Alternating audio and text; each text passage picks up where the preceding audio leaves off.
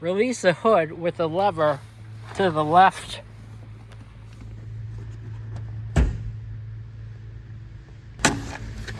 There's a lever that you move to the right to open. Find the prop and prop up the hood. Fits in a hole. The windshield wiper fill tube is on the left. It's got an icon of a windshield with some spray going on it. Lift the cap and pull out the dipstick.